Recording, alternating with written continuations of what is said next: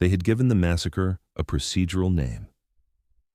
In the high white chamber of Heliopause Gate, the Oralis Combine Council watched a simulation play out across the central holofield. Nadir's Reach spun in miniature, a faint blue world limned with silver siege platforms. Pale arcs of projected fire fell in slow motion, cavity by cavity, onto its surface.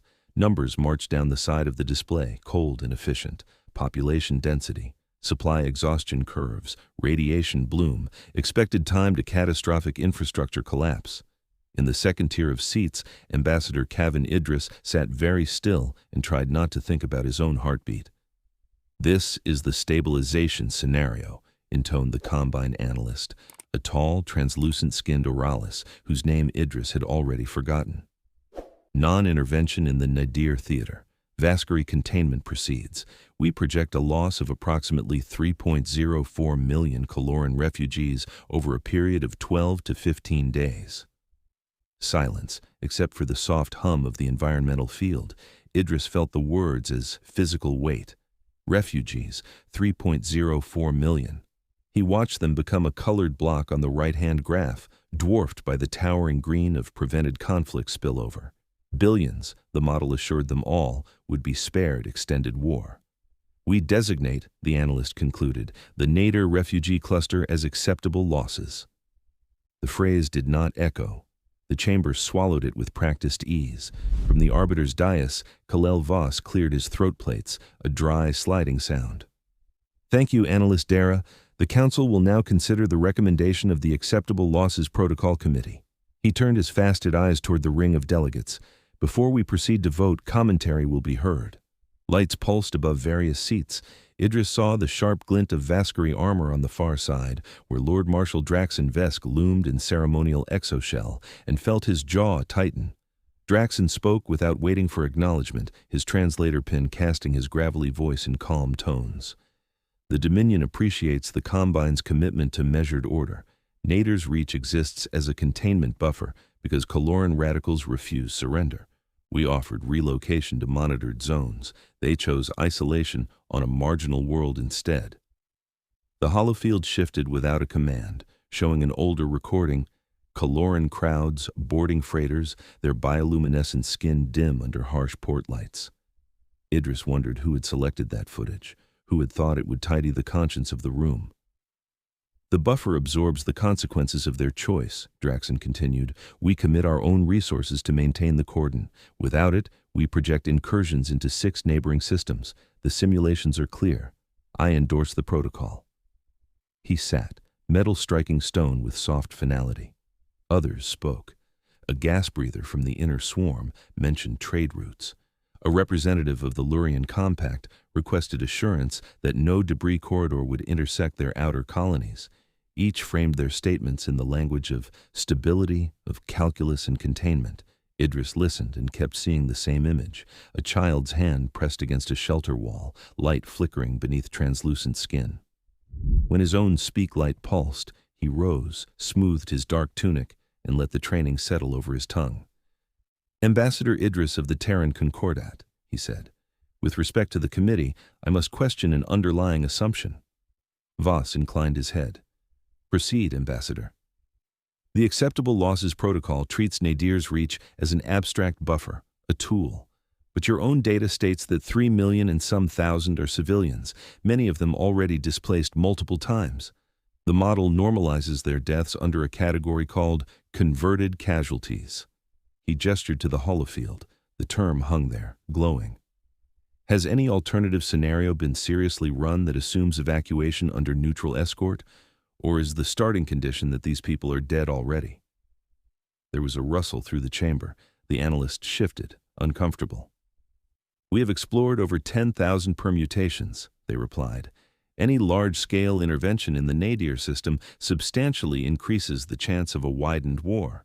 The expected value of non-intervention is higher by 3 orders of magnitude in lives preserved." "Preserved elsewhere," Idris said softly. Voss's eyes narrowed, but his voice remained smooth. "Ambassador Idris, the Terran Concordat signed the Disputed Intervention Clause. You benefit from the order it provides on your borders. The alternative is chaos." Kevin Idris thought of ocean storms on old Earth. Humans had always known that order was sometimes just a word for someone else's convenience. He inclined his head anyway. I merely wish the wording in your reports would align more closely with reality. These lives are not acceptable. They are sacrificed. I ask that the record reflect that. That sparked real discomfort. Words in the record were dangerous things. After a moment, Voss said, "Your concern is noted. The record will show your objection." Not that it would matter. The vote lights came up. Idris watched the colored bands fill the air above the council ring. For, against, abstain. The resolution passed by a vast margin. Nadir's reach became, by formal decree, a stabilization zone under Vaskari dominion, sealed to intervention. Somewhere out there, on the ragged edge of a war zone, 3 million sentient beings had just been moved from the column labeled lives at risk to the one labeled theoretical dead. The difference was a line in a database. Idris sat slowly. His personal interface chimed against his wrist, a secure channel. From the Terran 3rd Expeditionary Fleet. He did not look at the council as he accepted it. He knew exactly whose voice he would hear. "Admiral Cole," he said quietly. "Ambassador," came Ryan Cole's reply, compressed through distance but still carrying that steady undercurrent of iron. "I saw the vote." "You always did like live feeds," Idris said, because he needed a moment to keep his voice level. Pause. Then Cole asked, "Was it unanimous?" "No," Idris said. "I'm proud to report that at least one member of the galactic community objected." He watched as the simulation rewound itself on the central holofield, ready for some future presentation. The tiny arcs of fire climbed back into their launchers. People on Nadir's reach breathed borrowed time and did not know it. "In the confidential summary," Idris said, "they called it an acceptable loss of approximately 3.04 million. I'm sending you the file now, along with something else." He flagged the hidden sector of the Combine's silent ledger, the one he had only discovered because a junior analyst had slipped and referenced it by mistake. Dozens of previous stabilized zones, each with its own pale casualty block. He watched the transfer bar creep along and felt, absurdly, that if it stalled, maybe nothing would happen. "Received," Cole said after a few seconds. "Caven, is this all of it?" "It is what they let me see," Idris answered. "Their math is clean. Their assumptions," he hesitated, "less so. They assume no one will challenge the framing." On the holofield, Lord Marshal Draxen Vesk's fleet icons held their positions. On Nadir's reach, artillery timers ticked toward the next scheduled strike. "When you say challenge," Cole murmured, "do you mean diplomatically or otherwise?" Idris closed his eyes for a heartbeat, picturing the vast wedge-shaped hull of the Terran flagship vantage point, hanging in the darkness near the churning glow of the Shroud expanse. So close, in stellar scales, to the place the council had just condemned. "Officially," Idris said, "the Terran Concordat is a peaceful, law-abiding, etc. Unofficially, Rian, I'm sending this because I know who I'm sending it to." There was another pause. When Cole spoke again, his voice had cooled into something precise and dangerous. "I will review the data with my staff," he said. "We will, of course, comply with all binding agreements." "I am sure you will," Idris said. The channel closed. In the sudden silence he heard, faintly, the analyst in the center of the chamber describing expected debris patterns if Nadir's orbital ring collapsed. He did not look again at the holofield. His hands were already moving, calling up secondary channels, contingency codes that Terran doctrine categorized under one simple word: lifeline.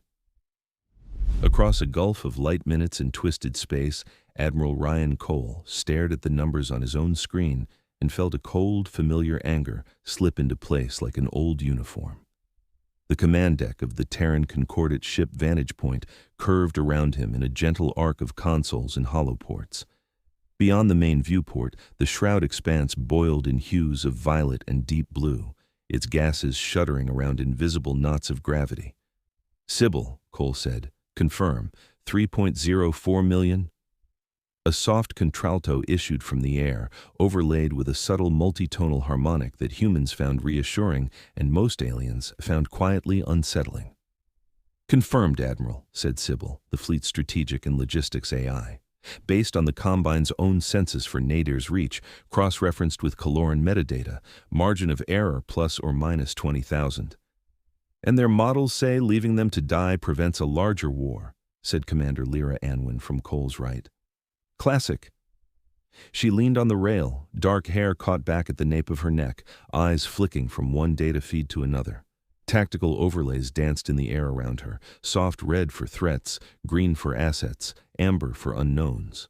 Dr. Ellen Safi, at the Ethics and Systems console behind Cole's left shoulder, pushed her glasses up with a gesture that betrayed how long she had been staring without blinking.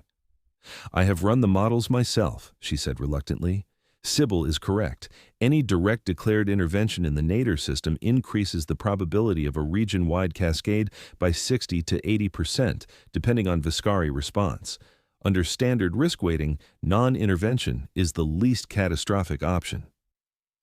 And how many die in the worst cascade? Cole asked quietly. Sybil handled that without emotion. The Combine projection, which Ellen has replicated, shows median casualties of approximately 1.6 billion sentients across 15 systems over 10 years. Upper bound, 3.5 billion. Anwin blew out a breath between her teeth. That's a lot of hypothetical dead to stack against 3 million real breathing people. Safi's jaw clenched. Hypothetical does not mean imaginary, Commander. Those are lives, too. Cole watched the Shroud on the viewport. Its inner storms hid navigational hazards that had eaten probes and unmanned freighters for decades. It was a natural barrier, one the Combine had turned into a polite line on their maps, "Do not approach." He thought of another line, nedged in a confidential summary. Acceptable losses. They are not wrong, you know, Ellen said, in pure utilitarian terms. We can't pretend their math is bad just because we hate what it says. No, Cole agreed. Their math is probably perfect. He turned away from the viewport. That is part of the problem. Once you trust the numbers enough, you stop asking what went into them. He called up the summary Idris had sent. The phrase glowed in front of them, stark and simple. Acceptable losses, 3.04 million. Acceptable to whom? He said. No one answered. He imagined sitting in the Combine's shining chamber, listening to voices talk about trade routes while a small world burned in the background. Idris had done well just to make them say the words out loud. Sybil spoke again, carefully neutral. Admiral, concordant doctrine with regard to extraterritorial atrocity events does give you discretionary authority to commit resources without prior assembly approval, provided certain thresholds are met. However, the disputed intervention clause supersedes that where Combine territory or recognized stabilization zones are concerned. And Nadir's reach was just declared one, Anwin said. Lovely. So if we go, we do so in violation of half the major agreements propping up civilized space. And potentially spark the very cascade this is supposed to prevent, Ellen added. Sybil's avatar flickered into view above her primary projection column. A simple ovoid of light with no features, only a faint suggestion of depth. She was never more abstract than when things became personal.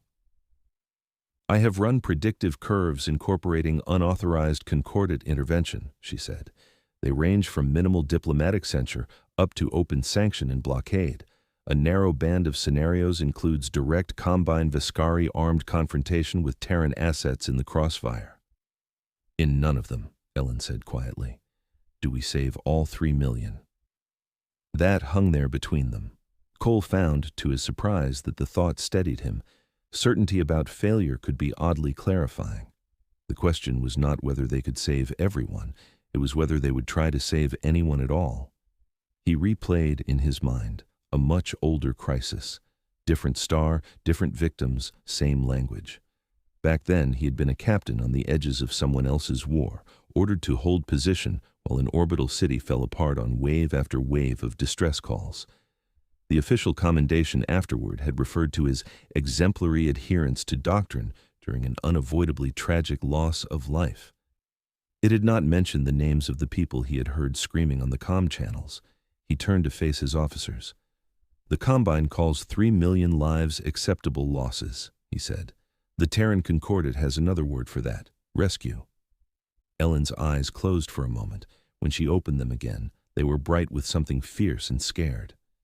Do you have any idea, she said, what this will do to us? If we break the disputed intervention clause for this, it becomes precedent. We will be the precedent. Every time someone wants to justify unilateral action, they will point to us. The humans did it when it suited them. Yes, Cole said. They will. But they will have to say the rest too. They will have to say we did it for people everyone else had already signed off as dead. Anwin's mouth twitched. I have always wanted to be an inconvenient footnote in someone else's law lecture. He almost smiled. Commander, begin preliminary planning for an unsanctioned operation to Nadir's Reach, restricted circle, codename Lifeline. Aye, sir, she said, already calling up schematics. Ellen, he continued, you and Sybil will track projected casualties, our own and the Colorans. If new information makes this truly indefensible, I want to know before I cross a line we cannot step back from. You crossed it the moment you said rescue, Ellen murmured, but she nodded. I'll do it. Sybil pulsed, a faint ring around her avatar. Admiral, may I note for the record that this action contravenes the spirit and likely the letter of multiple standing agreements? You may, Cole said. Note also that I am aware and I accept responsibility. Logged, Sybil said. There are, however, ways to minimize the likelihood of direct confrontation. The Shroud expanse offers a low probability but non-zero path to Nadir's Reach, that avoiding combined detection.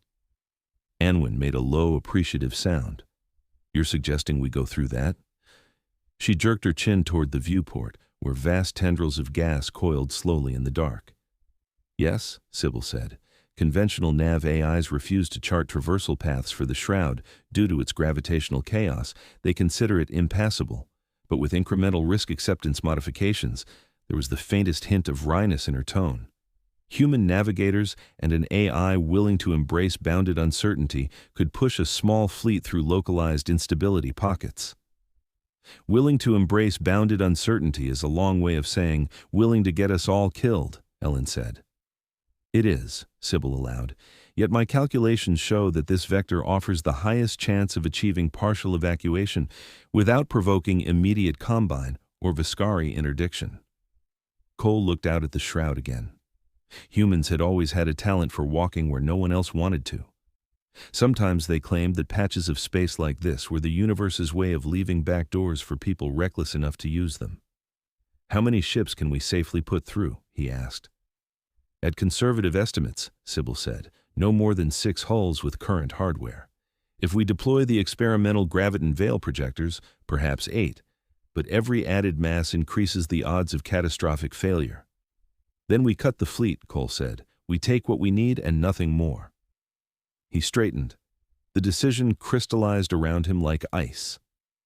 Signal concordate forward anchorage way rest, he told the comm officer. 3rd Expeditionary Fleet is redeploying to the Shroud per training exercise cover. Notify the assembly that we are conducting live environment tests of the veil projectors. No details on destination. Yes, Admiral, the officer said. Cole turned back to his staff. We go in quiet, he said. We get as many out as we can.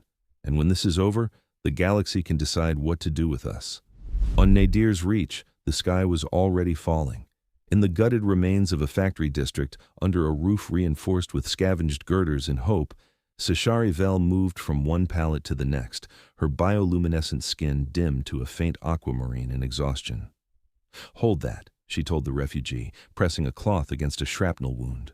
Firmer. Good. I will be back. The patient whimpered. Sashari squeezed their shoulder briefly, then pushed herself upright and crossed to the next row. The air stank of antiseptic, fear, and the faint metallic tang of Vaskari munitions. Generator hum underlaid everything, punctuated by distant thunder whenever another orbital barrage found its mark. She had lost track of how many days it had been since the first Vaskari ships had appeared overhead. Time had blurred into a series of crises. Lately, even the breaks between strikes had shortened. The enemy was tightening the net. At the far end of the shelter, a cluster of children sat around an ancient holo projector that flickered intermittently. Its feed had long since cut out. They watched static snow and pretended it was a game. One of them, a thin Coloran boy whose photophores pulsed a slow, anxious blue, glanced up as Sashari approached. "Dr. Vel," he said, "is it true the hunters cannot see us here? Because of the shield?" His crest frills trembled. Sashari glanced up automatically at the ceiling. Beyond the layered metal and concrete, there was indeed a shield of sorts, a thin local deflection field powered by the shelter's main generator. It would do nothing against a direct hit from a Vaskari siege lance, but it could disperse fragments, maybe turn a near miss into a survivable concussion. "It is harder for them to target basements," she said. "We chose this place carefully, Idris." He did not look reassured. No one did anymore. "Kellen said the Combine will send peacekeepers," another child murmured. "Kellen says the rest of the galaxy cannot let this happen." Sashari thought of the increasingly desperate broadwave messages she had sent over the last week.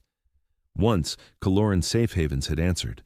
Then, those frequencies had gone silent, one by one, as other enclaves were overrun or abandoned. "Sometimes," she said carefully, "the rest of the galaxy is very far away." "And sometimes," Idris said, "they do not want to see." That, more than anything, cut. Children should not understand that kind of truth. She knelt briefly, resting a hand on his arm. "We see each other," she said. "We are not invisible. Remember that, Idris." She straightened as a tremor ran through the shelter.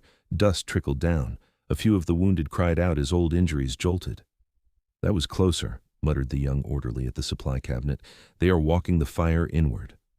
"Yes," Sashari said. Her clinical mind overlaid maps on every boom now, tracking the Vaskari's patterns. They were methodical, herding the remaining population toward the center, either by direct pressure or by fear. She had heard rumors that some Kaloran leaders were considering surrender. The last Vaskari message had offered lenient treatment to anyone who publicly denounced armed resistance and marched to a designated landing site unarmed. Sashari had also seen, through hacked feeds, what Vaskari leniency looked like on other worlds. Her wristcom chimed a low-priority tone. She frowned and stepped aside, lowering her voice. "This is Vel," Static answered. Then, under it, a voice ragged with displacement. "Nadir ground net, this is Outsystem Relay Kiora 4, it crackled. "We are boosting a message from beyond the Vaskari blockade, a general broadcast, all available receivers." Sashari's heart thudded. No one had gotten through the blockade in days. "Put it through," she said. There was another burst of noise, then a new voice filled the line. Calm, measured, with a human timbre she had only ever heard in archived recordings. "This is Ambassador Kavan Idris of the Terran Concordat," the voice said. "To the people of Nadir's Reach and to anyone monitoring this channel, know that your situation is not unseen. Certain powers have chosen to label your lives acceptable losses under their protocols." He did not sugarcoat the phrase. Sashari's hands tightened. "I am here to tell you that not all of us agree," Idris continued. "The Terran Concordat does not recognize that term. We recognize only sentient lives in danger, and we have officers who do not like to leave such numbers in a ledger." Her chest constricted. "We cannot promise anything," Idris said. "But if you can, keep transmitting your positions. Keep your people mobile enough to move when told, but sheltered enough to survive until we arrive, if we arrive. There's a man on the edge of the Shroud who does not enjoy being told who he cannot save." The line clicked. A different voice came on, low and almost gruff. "This is Admiral Cole, 3rd Expeditionary Fleet," it said. "If we come, we are coming through chaos. We will not have enough hulls for everyone, but we are not leaving you without trying. That much I can promise." Sashari realized distantly that she was smiling for the first time in days. A thin, incredulous smile, edged with terror. "Terrans," muttered the orderly near the supply locker. "Deathworlders, I've heard stories." "So have I," Sashari whispered. "Right now, I find I like their stories better than the Vaskari's." She turned back to the shelter at large, raising her voice. "Everyone," she said, "listen, someone out there heard us."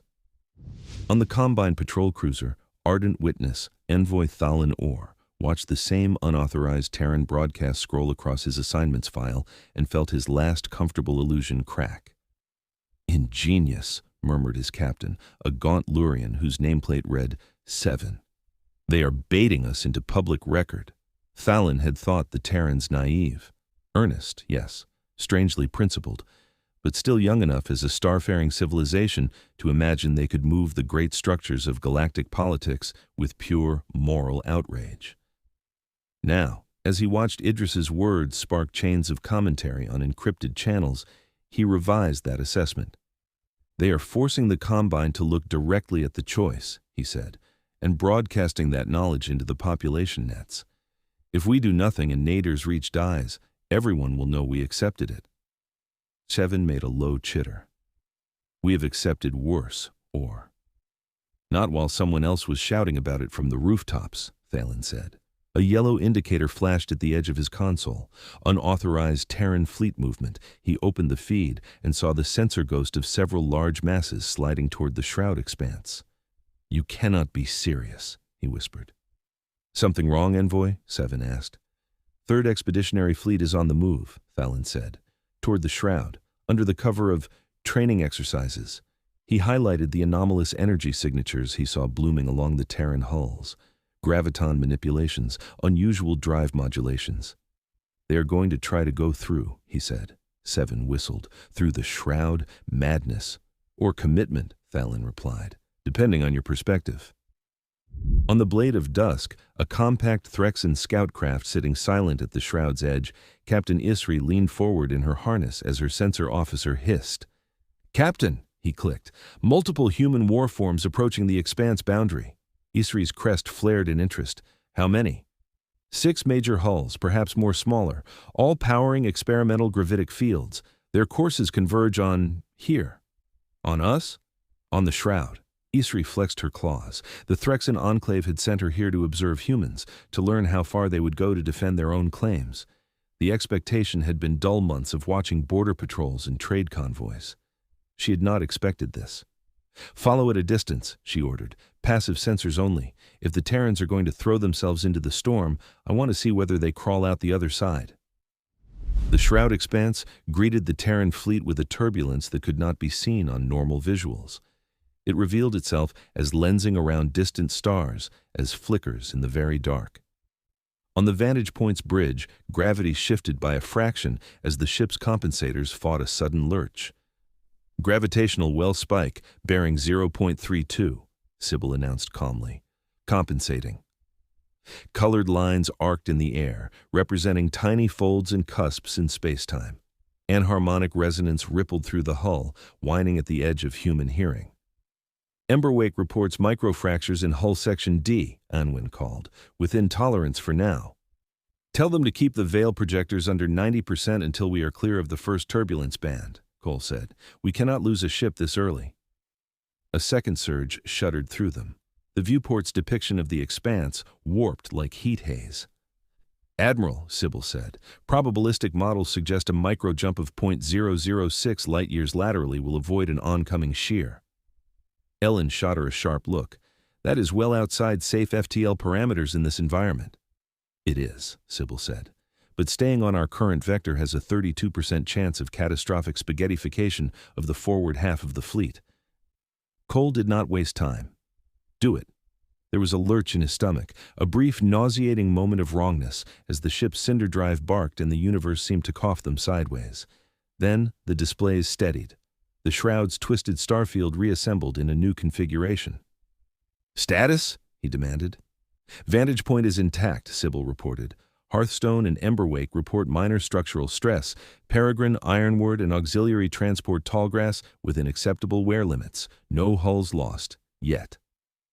On Tallgrass, a smaller freighter retrofit with extra life support seats, a young ensign named Rallick threw up in a sealed bag and gripped his harness, swearing he would never volunteer for anything again.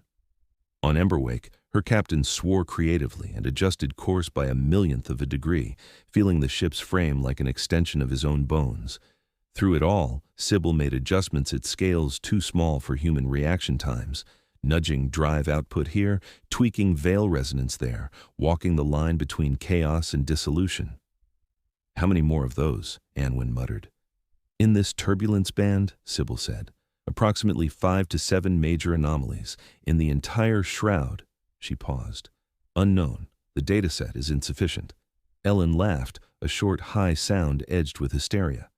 "We are sailing blind through a blender because some bureaucrats decided 3 million people were a rounding error." "Yes," Cole said quietly. "We are." He thought of Sashari Vel, though he did not know her name. He thought of any name. He made himself imagine one Coloran child, not as a statistic, but as a person huddled under a crumbling ceiling, listening for the next strike. "Remind me," he said softly, mostly to himself, "what we call them again?" Anwen did not look away from her displays. "Rescue," she said. On Nadir's Reach, the Vaskari called it culling. Lord Marshal Draxen Vesk stood in the Dominion Spear's command pit, claws interlocked behind his back, and watched his siege platforms adjust their fire. "Concentrate on grid sectors C13 through C19, he ordered. "Drive the survivors toward the central urban basin." His sub-commander, a scarred officer named Ralvek, bobbed his head. "As you command, Lord Marshal. We have intercepted increased ground-level transmissions. Someone has given them false hope. They are moving again." "Good," Draxen said. "Moving targets are easier to channel." He studied the latest long-range scans. The Combine's ardent witness sat well back, maintaining a neutral observation distance, its weapons cold.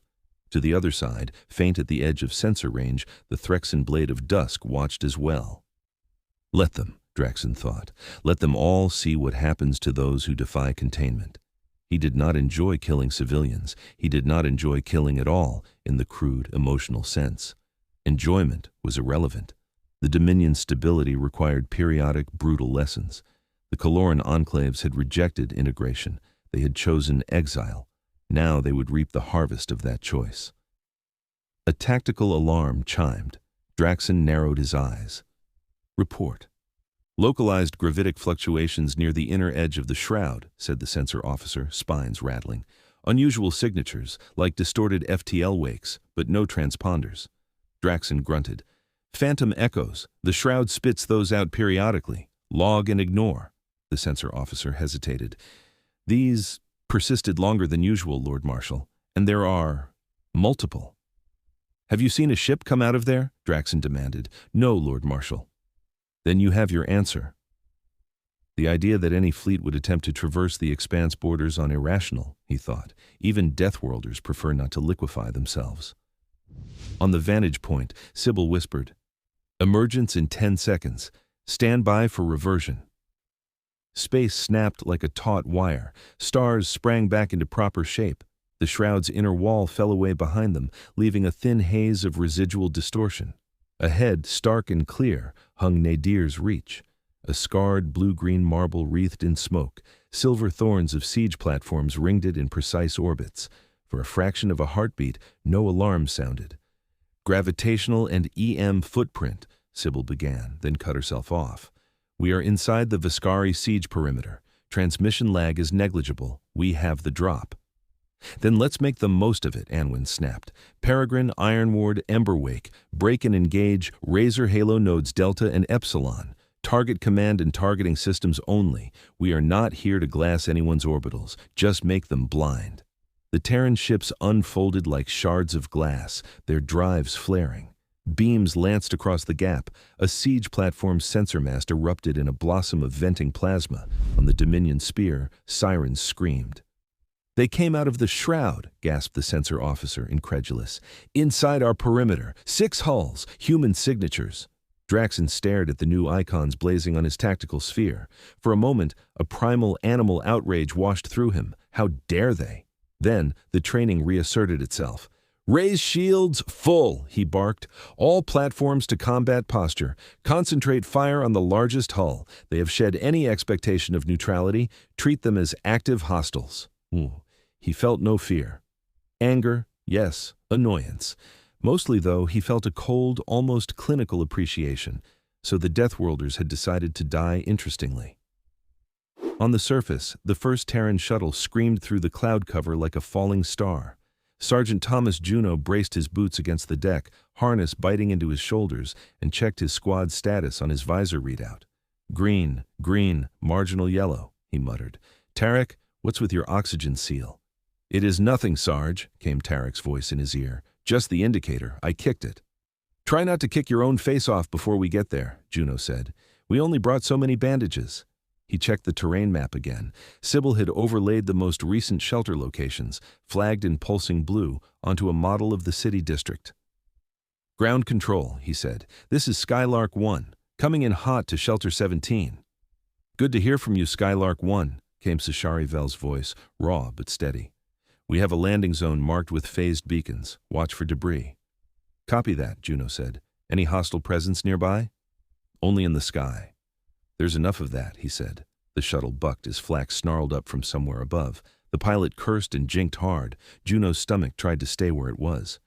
Shields holding, the pilot gasped. Just took a graze. They punched through the last layer of cloud. Nadir's reach spread beneath them in ruined grays and sickly browns. Whole blocks lay flattened, craters overlapped like diseases. Juno swallowed bile and focused on the bright blue marker flashing in his HUD. A rough square of half-collapsed roofs had been cleared, ragged tarps marking the boundary. Figures scurried below like startled insects.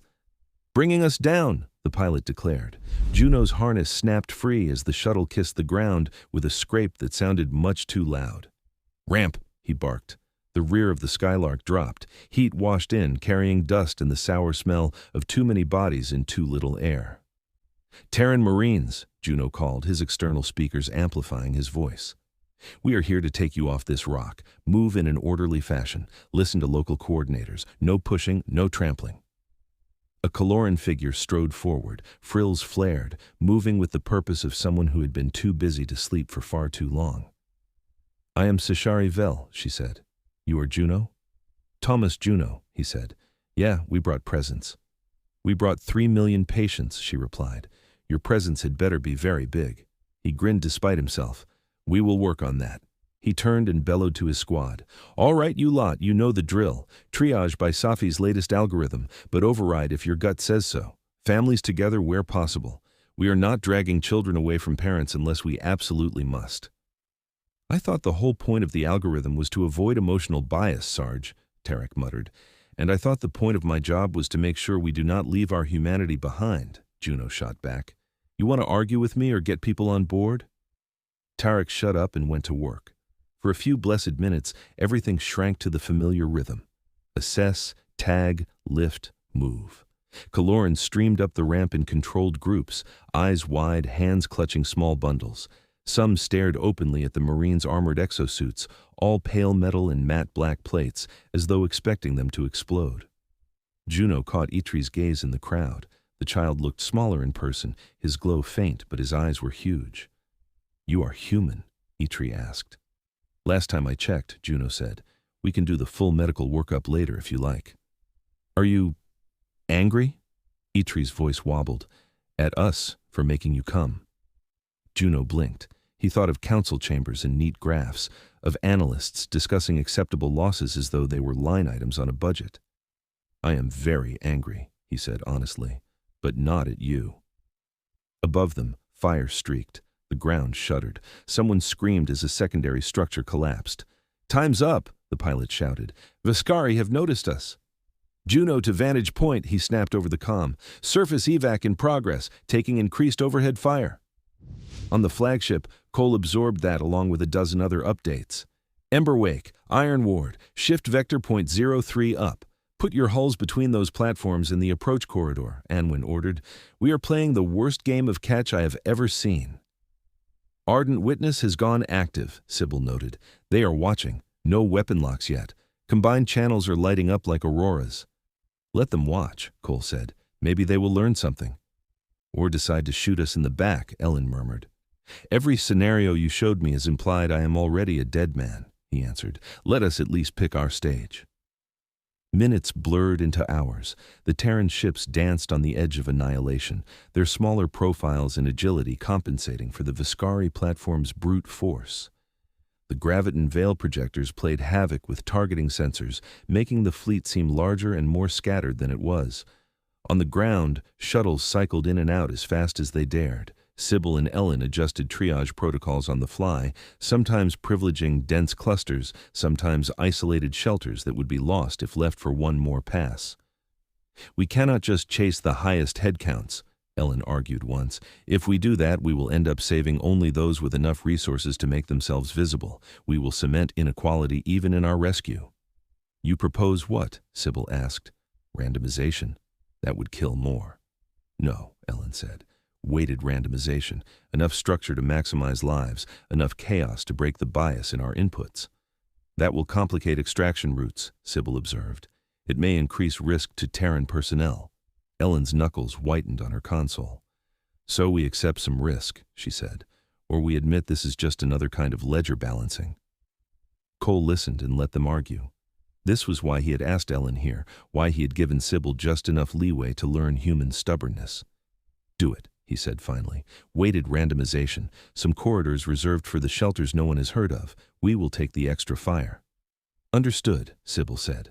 On the Dominion Spear, Draxen watched a rescue shuttle dodge between falling debris that should have killed it 3 times over and grudgingly recalculated his estimation of human recklessness.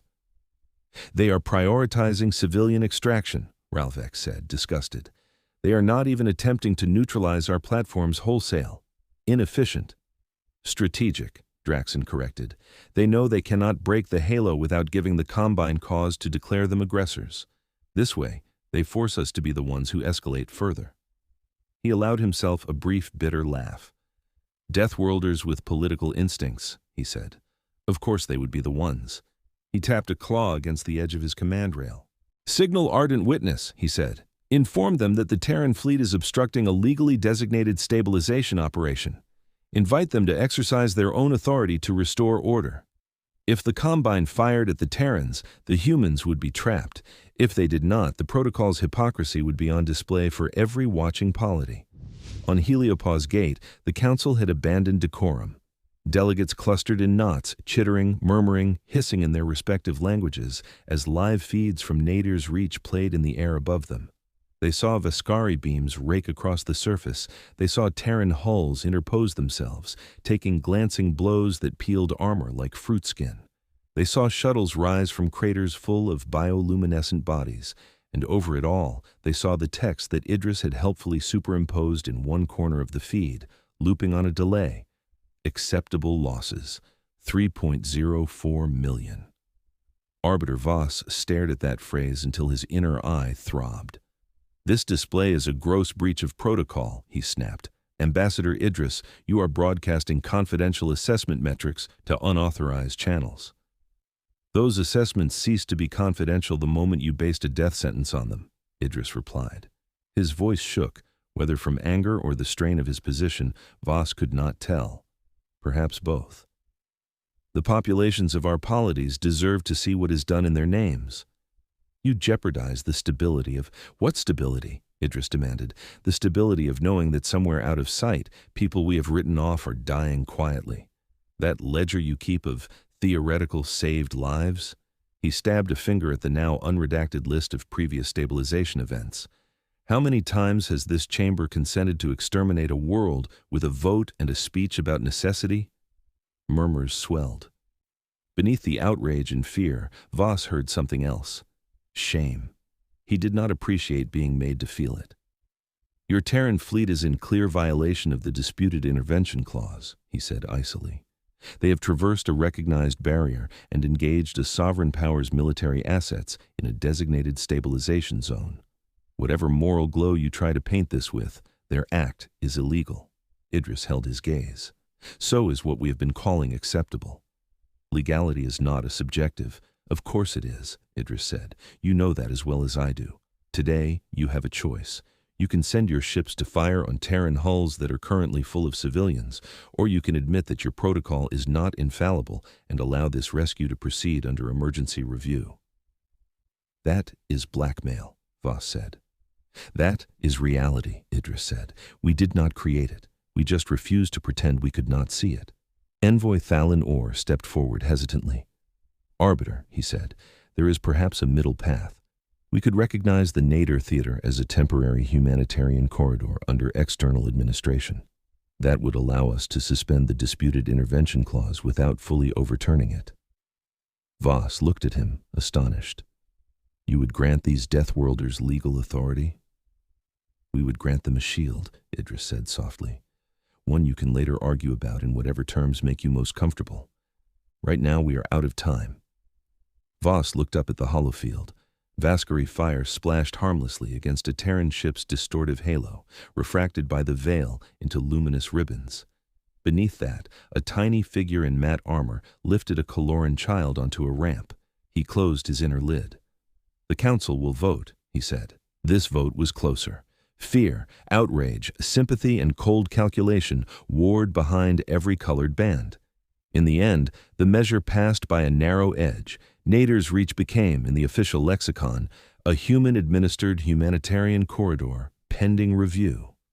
The acceptable losses protocol, for the first time, had failed to secure the consensus it needed. On ardent witness, 7 whistled low. "We are ordered to hold fire and monitor," he said. "No engagement with Terran assets unless fired upon. Nader's reach is reclassified." Thallon let out a shaky breath. "Then we will be on every hate channel in the Dominion by nightfall." "And every praise channel in the Coloran diaspora," Seven pointed out. Thallon thought of that, and of Idris's exhausted face, and smiled despite himself. On Dominion Spear, Draxen absorbed the news with a stony calm. "So," he said, "the Combine chooses cowardice." "It seems so, Lord Marshal," Ralvek said bitterly. "They fear the humans' theatrics more than they value principle." Draxen shook his head. "Do not mistake tactical retreat for lack of principle. The Combine's principle has always been their own survival. They will happily let us do their dirty work when it suits them." He stared at the tactical display. His platforms were still inflicting damage. Terran hulls still flickered under the strain. The rescue could yet be turned to fiasco if he struck hard enough, fast enough. He thought of the long-term consequences. Dominion propaganda would spin Terran intervention as arrogance. The sight of humans wrenching people out of a fire they, the Dominion, had lit would rankle.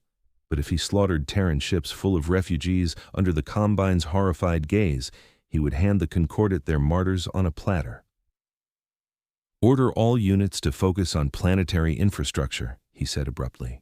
"Target roads, power grids, water processors, force the evacuees into bottlenecks. We will make their rescue as costly as possible without giving them dead humans to parade." Ralvek hesitated.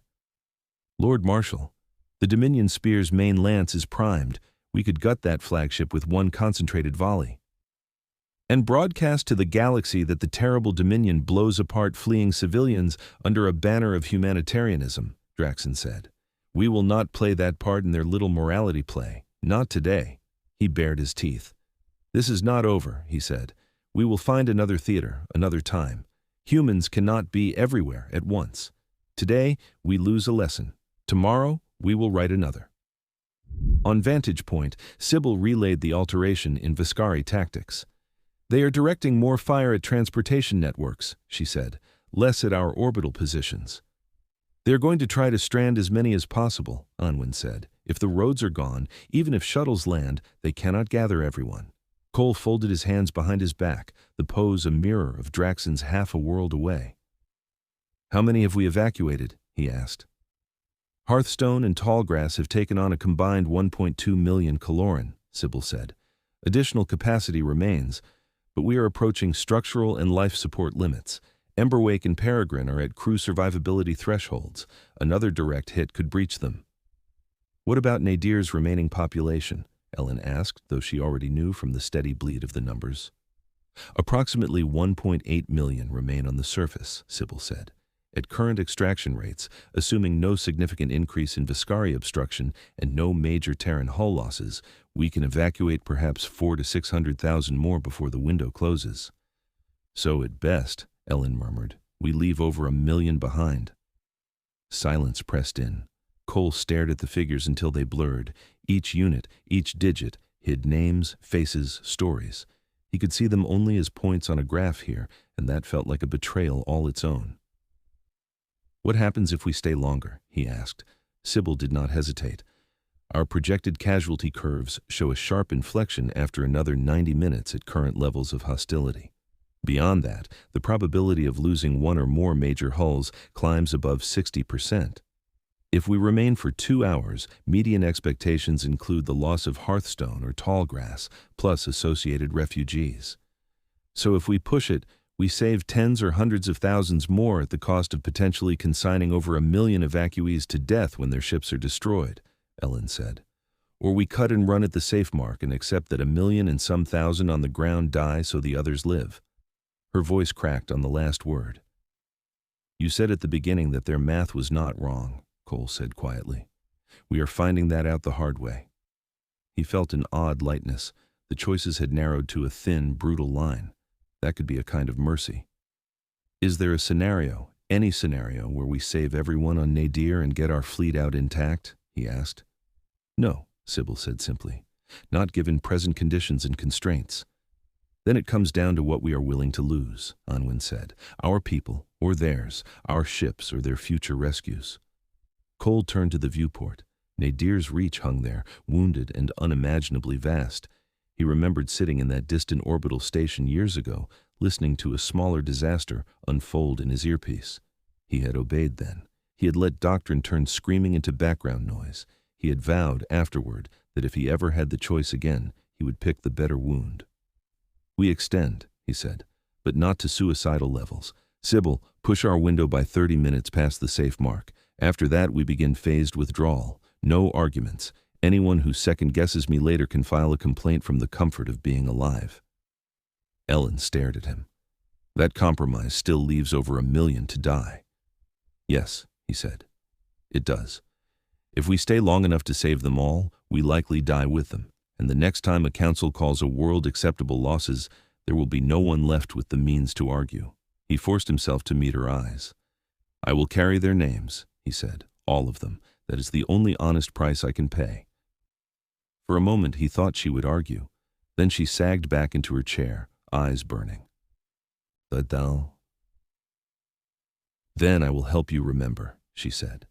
The last half hour on Nadir's reach was hell stretched over an hourglass. Shuttles came in on shattered stubs of runways, kicking up clouds of dust and melted asphalt. Marines and Caloran volunteers formed human chains, passing children and elders up ramps while overtaxed generators coughed and flickered.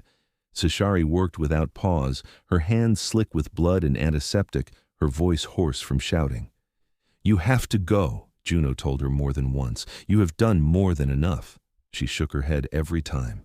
"I will leave when I know there is no one left in my sector who can move," she said. "Do not ask again, Sergeant. You will only waste breath." He muttered something about stubborn amphibians and went back to hauling stretchers.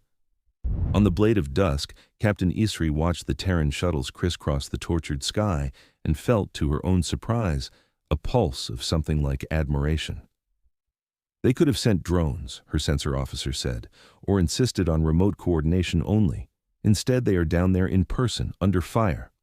"Too fragile," Isri clicked. "Drones break too easily. Humans are hard to kill. That is what they say, at least." "And yet," the officer said dryly, "many things down there seem eager to test the assertion." He pointed. A Vaskari beam sliced across a rising shuttle's path. For a terrible instant, the craft flared, its shields on the edge of collapse. Then, a Terran frigate hurled itself between platform and sky, its own plating blooming with ruptures as it took the hit. "What is the point?" the officer asked softly. "They cannot save them all." Isri flexed her claws. "Maybe the point is that they are trying anyway," she said. "Record everything. If we get out of this, I want our council to see what we saw when they next debate whether to stand with the Combine." On Hearthstone, refugees packed every corridor, every spare compartment, sitting shoulder to glowing shoulder. Air recyclers wheezed under the load, med bays overflowed. In one triage ward, Sashari knelt by Idris' makeshift bed, checking the bandage at his side. He had taken a glancing hit from debris while helping lift an elder aboard. Nothing fatal, but enough to plant a vivid memory. "Does it hurt?" she asked. "Less now," he said. His eyes shone, pupils wide. Are we really off Nadir?" "Yes," Sashari said. "We are in orbit. Soon we will leave the system entirely." "Do you think there are more worlds?" he asked. "Places where we can breathe clean air? Where the sky is not always falling?" "Yes," she said again. Her own certainty might have been bravado, but she held it steady for his sake. "There are more worlds than we can count. Some of them are even kind." He studied the white ceiling. "Will the humans come for the others?" he asked. "The ones we had to leave?" The question knifed her. "I do not know," she whispered, "but I think they will at least not forget them." On vantage point, warning tones climbed in pitch. Gravitic stress rising, Sybil announced. Dominion spear moving on intercept vector. They mean to ram Hearthstone's corridor. Of course they do, Anwin muttered, because things were not exciting enough. Cole watched the Vaskari flagship burn its main engines, angling its bulk toward the densest cluster of refugee-laden hulls. If they hit Hearthstone, Ellen said, we lose half the evacuees in one instant. And the Vaskari know it, Sybil said. Their trajectory is optimized for maximum psychological impact. Cole's fists tightened. Can we stop them? He asked. We cannot destroy them outright without dumping enough energy into the battle space to fry half the platforms and probably crack Nader's upper atmosphere, Anwin said, which the Combine will definitely not appreciate.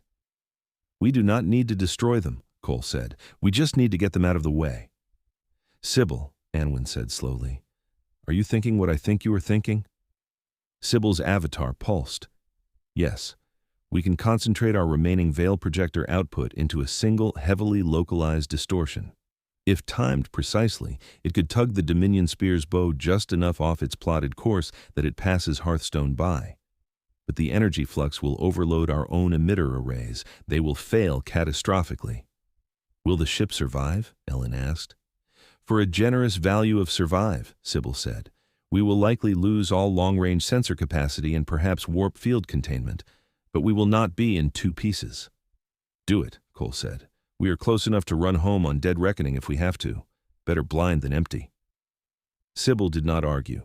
That, more than anything, told him how delicate their line had become. She spun up the veil projectors, pulling every reserve they had left. On Dominion Spear, Draxen felt an odd shiver in his bones.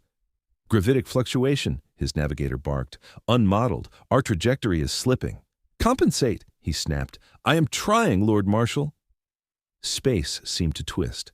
For a heartbeat, the Vaskari flagship's bow dragged through a throat of compressed space-time, its intended vector bending like a reed in a gust. On the monitors, Hearthstone's bulk swam by, distressingly close. Hull plating along its flank blistered under the stress. The two ships missed each other by a margin measured in dozens of meters. Draxen's teeth bared. Stabilize, he snarled. His engines screamed but obeyed. On vantage point, blue-white fire blossomed along the veil projector housings. A cascade of sparks rained down on the engineering deck as overload fuses blew. Veil is gone, Anwin gasped. We are naked. Not completely, Sybil said faintly. We still have a few tricks. Cole exhaled slowly. Order to all ships, begin withdrawal sequence. This is not a suggestion. Hearthstone and Tallgrass first under escort. Emberwake and the frigates cover their burnout, then follow. And the remaining shelters? Ellen asked quietly. Cole's jaw clenched. We transmit their coordinates to every Combine in Threxan and whoever else is watching channel we can, he said. We call them out by name, and we tell the Vaskari on every frequency that if a single registered Coloran cluster is exterminated after we leave, we will consider it justification for revisiting this conversation with a far less cheerful fleet. Bluff, Anwin said. Partly, Cole admitted, but only partly. The order went out. On Nadir's reach, shuttles lifted for the last time from improvised pads, engines burning hard. Shelters that had been told, moments earlier, to keep ready, now received a different message. We are sorry. We are leaving. Hide as best you can. Sashari sat in Hearthstone's medbay and felt that transmission like a blow. Someone had routed it to her as a courtesy. She closed her eyes, seeing the faces of those she had not had time to reach, knowing, with the bitter clarity of a healer, exactly how many had been left with untreated injuries that would now never see a proper clinic. Idris' hand slipped into hers. Did we win? He asked. It was such a strange human word, metric and simple. We did not all die, she said. That feels like something. Will anyone tell their stories? Idris asked. The ones still down there. I do not want them to just vanish. Yes, Sashari said, throat tight. I think someone will. The Terran fleet arced away from Nadir's reach, battered but unbroken. Behind them, the planet spun, smoke still rising, siege platforms still glinting like teeth. On Blade of Dusk, Isri sent a tight beam of her footage to the Threxan Council, then, on a sudden impulse, opened a channel to Vantage Point as well. This is Blade of Dusk to Terran flagship, she said. We have hull capacity and life support reserves. If you have coordinates of shelters you could not reach, we will attempt limited extraction under our own flag." On Vantage Point's bridge, a flicker of astonishment rippled through the crew. "Threxans offering help," Anwin murmured. "Now I've seen everything." Cole allowed himself a small, tired smile. "Blade of Dusk, this is Vantage Point," he replied. "We would be grateful. Transmitting coordinates and estimated cluster sizes, they are all yours." "We do this under no treaty obligation," Idris said. "Our council may flay us for it." "Then you will at least have good company in the dock," Cole said. On Heliopause Gate, the formal inquiry that followed took days. The Terran Concordat was officially censured for violating the Disputed Intervention Clause. Sanctions were proposed, debated, watered down, and finally reduced to symbolic restrictions that would play well on news feeds and do little in practice. Behind the scenes, representatives from minor polities requested quiet meetings with Idris. "How did you know your admiral would do it?" asked one, a soft-spoken envoy from a small trade league that lived in the gaps between larger powers. Idris, exhausted, laughed. "I did not," he said. "I only knew that if he had to look at that phrase and do nothing, it would break something in him. Humans are funny that way." Arbiter Voss, presiding with tight-lipped formality, drafted a new addendum to the Acceptable Losses Protocol. It required any future invocation to be accompanied by a mandatory review panel, including at least one external observer from a non-associated polity. It did not guarantee salvation for future naders, but it made it harder to erase them quietly. In his personal quarters, Voss watched the footage again. A Terran Marine lifting a Coloran child onto a ramp while beams ripped the sky overhead. A human warship taking a hit meant for a nameless shelter. He did not weep. His species had never evolved that response. But for the first time in his long career, he hesitated as he pressed his authorization seals.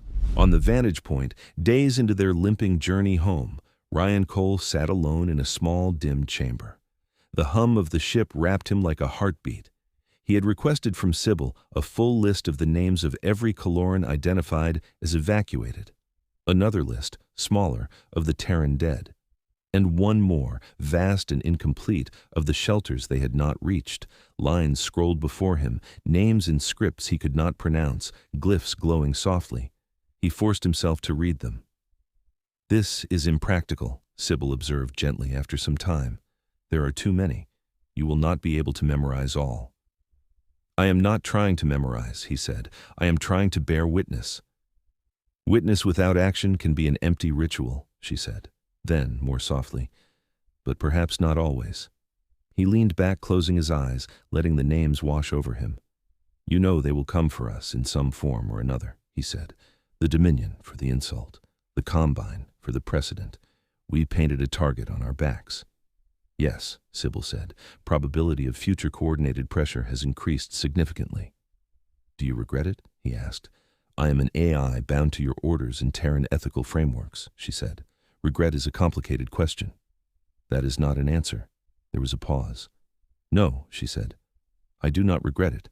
You have altered the parameters. Next time someone invokes the Acceptable Losses Protocol, your act here will be in the denominator of their equation. They will have to account for the possibility that someone will challenge it." He smiled faintly. "Trust a machine to find comfort in math." "I have been spending a great deal of time around humans," Sybil said. "It is beginning to affect me." In Hearthstone's med bay, Seshari Vel made her slow rounds among the pallets. People slept or stared or whispered among themselves. Some wept, some sang. At the far bulkhead, someone had started a list, copying names from a Terran data slate onto the metal with a grease pencil. Coloran names, organized by shelter, by family cluster, by ship. As she watched, Idris stood on a stool and carefully added another row. "This will take forever," he muttered. "Yes," Seshari said. "Good." He glanced back at her. "Why good?" "Because it means there were many of us," she said, "and because no one will be able to look at this wall and say we were just numbers." He nodded solemnly and kept writing. Later, when the first rumor messages from other systems began to filter in, they would say that on a battered human ship full of refugees, there was a wall of names, and that the humans carried copies of that list with them, duplicated in 100 data cores, and eventually inscribed in a quiet corner of a memorial garden on a distant, blue-green world. They would say that the day the Combine called 3 million lives acceptable losses, someone disagreed loudly enough that the echo still had not faded. On worlds far from Nadir's reach, children who had never seen a human would hear stories of the time Deathworlders crossed a storm no one else dared enter to pull strangers out of a fire. Some would call it madness, others would call it heroism. The truth, as usually, lay somewhere messier in between. In the end, the ledger did not balance. It never had. There were more dead than saved, more regrets than neat equations. But somewhere on the ragged edge of known space, a quiet assumption had died. The assumption that if the numbers said so, you could condemn a world and sleep well afterward. Now, whenever a counselor's hand hovered over the acceptable losses seal, they would have to ask themselves one extra question. What if the humans come? And in some distant shelter, under some future falling sky, someone listening to static on a receiver might hear, through the noise, a familiar stubborn voice. This is Admiral Cole. They called you acceptable losses. We have another word for that. Hold on.